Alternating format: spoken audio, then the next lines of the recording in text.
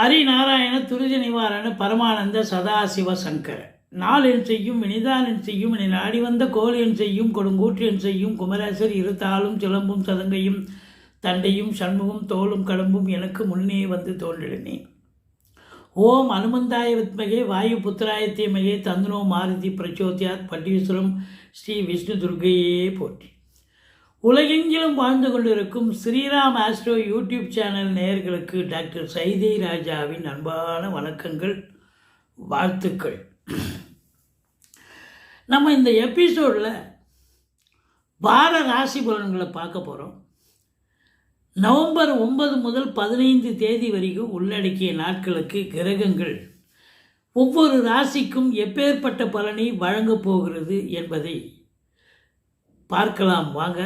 இந்த வாரம் முழுவதும் தேய்பிறை நாட்களே. எங்களுடைய வீடியோ ஸ்கிப் பண்ணாமல் முழுதும் பாருங்கள். உங்களுக்கு ஒரு நல்ல பயனுள்ள தகவல் கிடைக்க போகிறது. சந்தோஷம் அடைய போகிறீர்கள். எங்களுடைய வீடியோ பிடிச்சிருந்தால் லைக் பண்ணுங்கள், ஷேர் பண்ணுங்கள், சப்ஸ்கிரைப் பண்ணுங்கள். மறக்காமல் சப்ஸ்கிரைப் பண்ணுங்கள். வாங்க ராசிக்குள் செல்லலாம். கும்பராசி அன்பர்களுக்கு வணக்கம். கும்பராசி காலபுருஷனுக்கு 11வது ராசி. சனி பகவான் ஆட்சி பெறும் வீடு. இப்பொழுது சனி பகவான் மீனத்தில் இருக்கிறார், குரு பார்வையில் இருக்கிறார். இந்த வார கிரகங்கள் இந்த நவம்பர் 9 முதல் 15 வரைக்கும் இந்த கும்பராசியில் பிறந்தவர்களுக்கு எப்படி இருக்க போகுது? சூப்பராக இருக்குமா, இல்லை சுமாராக இருக்குமா, இல்லை ரொம்ப பேட் டைமா? அதை தான் பார்க்க போகிறோம். இதில் அவிட்டம் 3-4 பாதங்கள், சதயம் பூரட்டாதி 1-2 பாதங்கள் உள்ளடக்கியது இந்த ராசி. ராசியில் ராகு பகவான் இருக்காருங்க. அது தனித்த ராகு இருக்கார். போட்டு குழப்பிடுவார் அவங்கள. எதை செய்யணும் எதை செய்யக்கூடாதுன்னு ஒரு முடிவு எடுக்க மாட்டீங்க. ஒரு பிடிமானமே இருக்காது. நேற்று நைட்டு ஒன்று நினைப்பீங்க, நீ காலையில் ஒன்று செய்வீங்க. ஆனால் வெளிநாடு போகணும்னு நினைக்கிறவங்க தாராளமாக போகலாம். எஸ்கேப் ஆகிட்டிங்கன்னா நல்ல சம்பாத்தியம் சிறப்பாக இருக்கும்.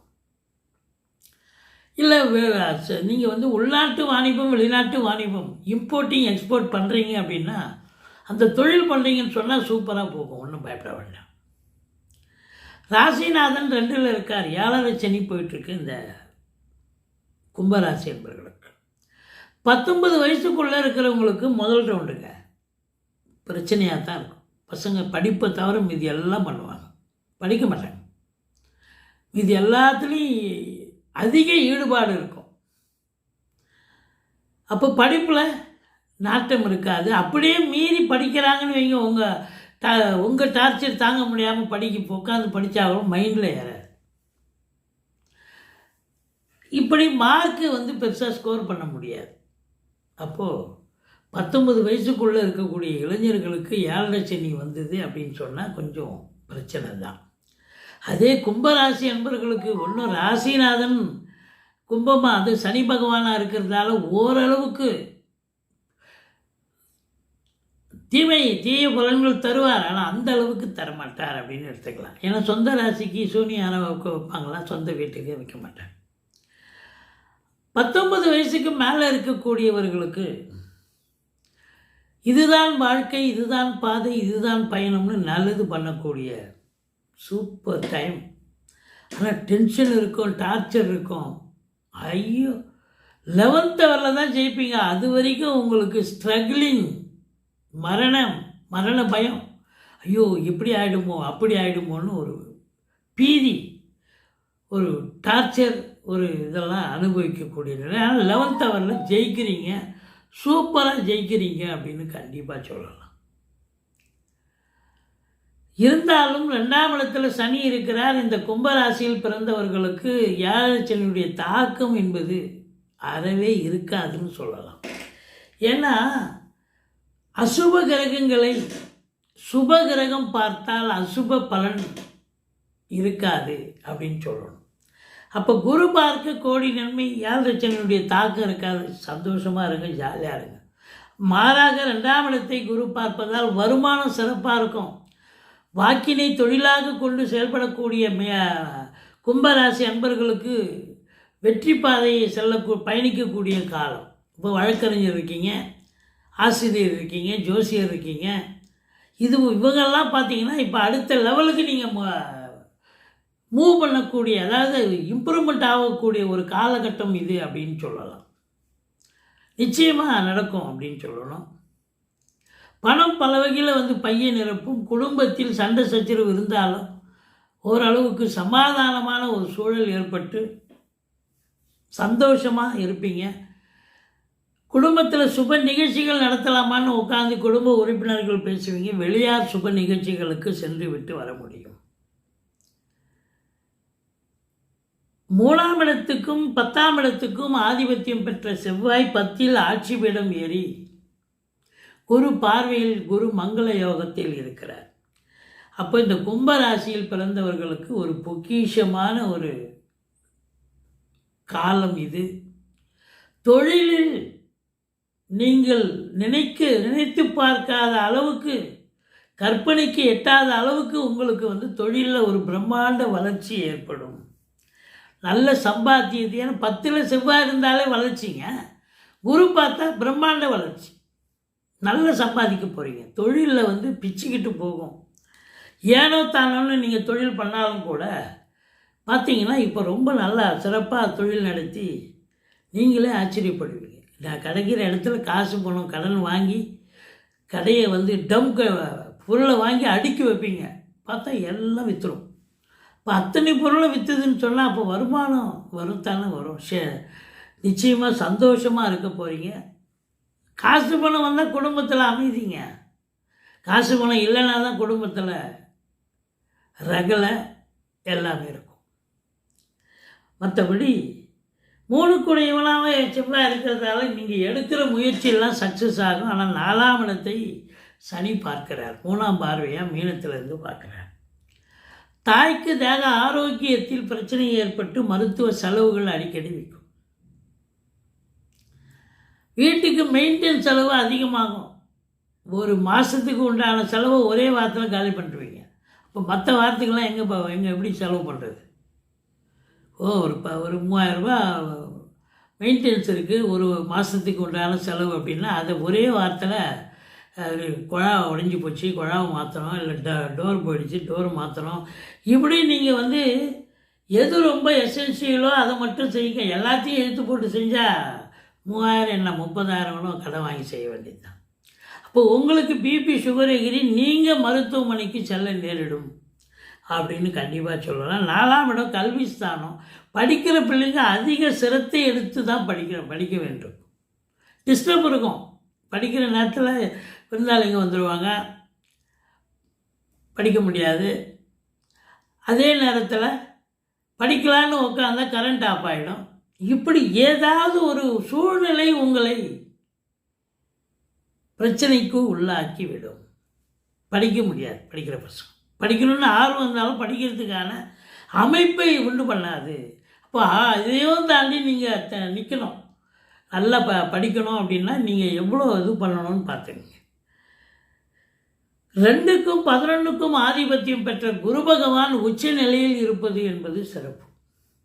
அப்போ பொருளாதாரத்தில் ஒரு தன்னிறைவு ஏற்பட போகிறது. கடன் காட்சிகள்லாம் இருந்தால் அதெல்லாம் அடித்து சூப்பராக அதுலேருந்து மீண்டு வரப்போகிறீங்க. ஏன்னா 11 அப்படின்னா ரெட்டிப்பு வருமானம் வரக்கூடிய காலம் இல்லவா? தொழில் சிறப்பாக இருக்குது. அப்போ 2 உச்சமாக இருக்கான் பாருங்கள். இந்த கும்பராசியில் பிறந்தவங்களுக்கு ஐயோ சூப்பருங்க. மழை பொழியக்கூடிய காலம். நீங்கள் எதை தொட்டாலும் காசு பணம் கொழிக்கும். கேஷுவலாக ஒரு எதாவது டீல் பண்ணுவீங்க, அதிலேருந்து காசு வரும். இப்படி பல வகையில் வருமானத்தை ஈட்டக்கூடிய தருணம் வந்தாச்சு.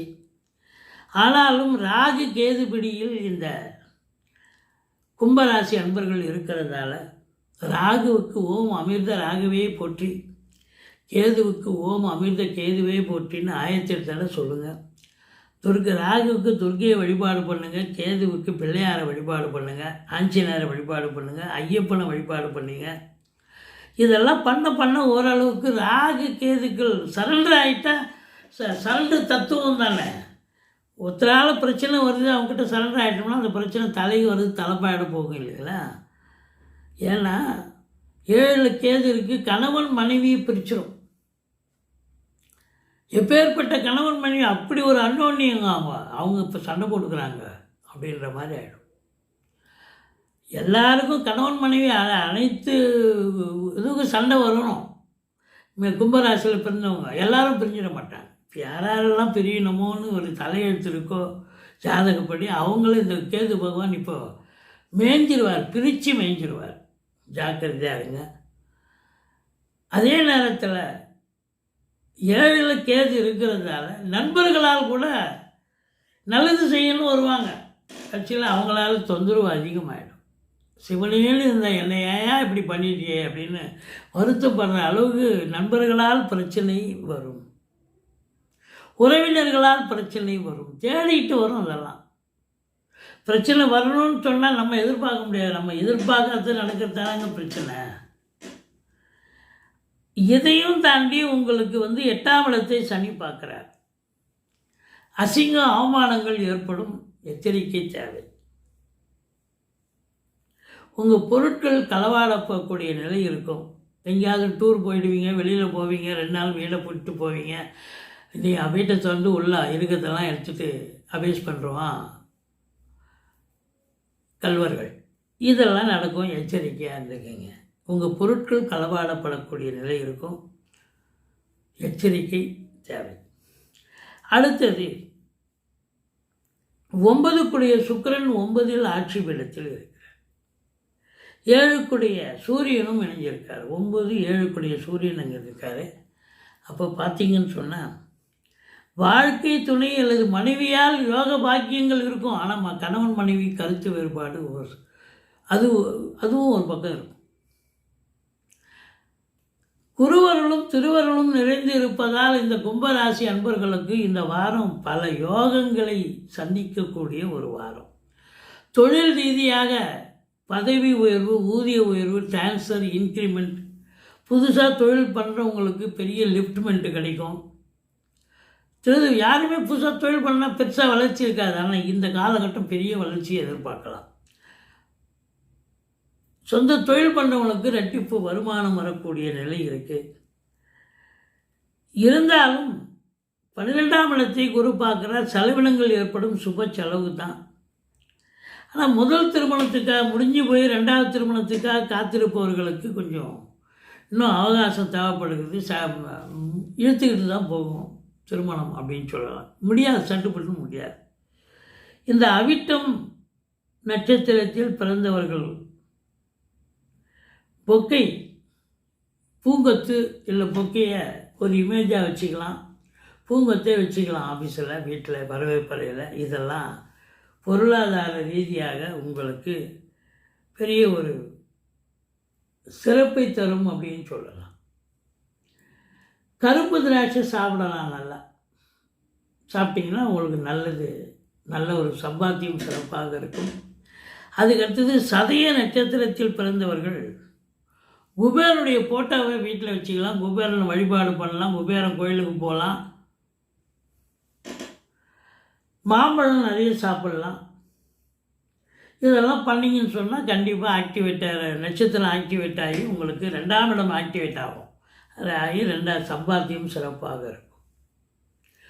பூரட்டாதி நட்சத்திரத்தில் பிறந்தவர்கள் எப்படி இருப்பாங்க அப்படின்னு பார்த்தீங்கன்னா,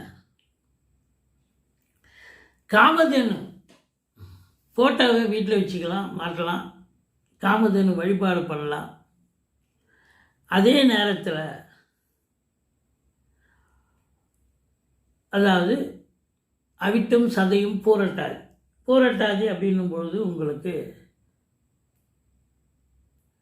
வேப்ப எண்ணெய், வேப்ப மரம், வேம்பு இதெல்லாம் பயன்படுத்தலாம். அன்னாசி பழம் சாப்பிடலாம், அன்னாசி பழம் ஜூஸ் சாப்பிடலாம். அதான் காமதேனு ஃபோட்டோ சொல்லிட்டோம் நம்ம. இதெல்லாம் வழிபாடு பண்ணுறீங்க அப்படின்னா 2ஆம் இடம் ஆக்டிவேட் ஆகி சம்பாத்தியம் சிறப்பாக இருக்கும். எங்களுடைய வீடியோ பிடிச்சிருந்தால் லைக் பண்ணுங்கள், ஷேர் பண்ணுங்கள். 14-15 சந்திராஷ்டம நாள் வருதுங்க இந்த கும்பத்துக்கு. அதனால் சந்திராஷ்டம நாளில் பெரும்பாலும் உங்கள் சொந்த வண்டி வாகனங்களில் போகாதீங்க. இரவு பிரயாணத்தை தவிர்த்து கொள்ளுங்கள். சூதனமாக நடந்துக்குங்க. இந்த 14ஆம் தேதி 15ஆம் தேதி சந்திராஷ்டமம்னு இந்த கும்பராசி என்பவர்கள் சொல்லின்னு வச்சுங்க, எவனாவது பிரச்சனை பண்ணணும்னு வராங்கன்னா நீங்கள் அதை ஓரளவுக்கு உங்கள் கண்ட்ரோலில் ஆஃப் பண்ண ட்ரை பண்ணுவீங்க. தலைக்கு வர்றது தலைப்பாயோட போகும். மற்றபடி நீங்கள் ஐயப்பனை ஆஞ்சநேயரை வழிபாடு செய்து கொள்ளுங்கள். ராகுக்கு எது பிரீத்தி கண்டிப்பாக பண்ணி ஆகணுங்க. எங்களுடைய வீடியோ பிடிச்சிருந்தால் லைக் பண்ணுங்கள், ஷேர் பண்ணுங்கள், சப்ஸ்கிரைப் பண்ணுங்கள். மறக்காமல் சப்ஸ்கிரைப் பண்ணுங்கள். நன்றி. வாழ்க வளமுடன்.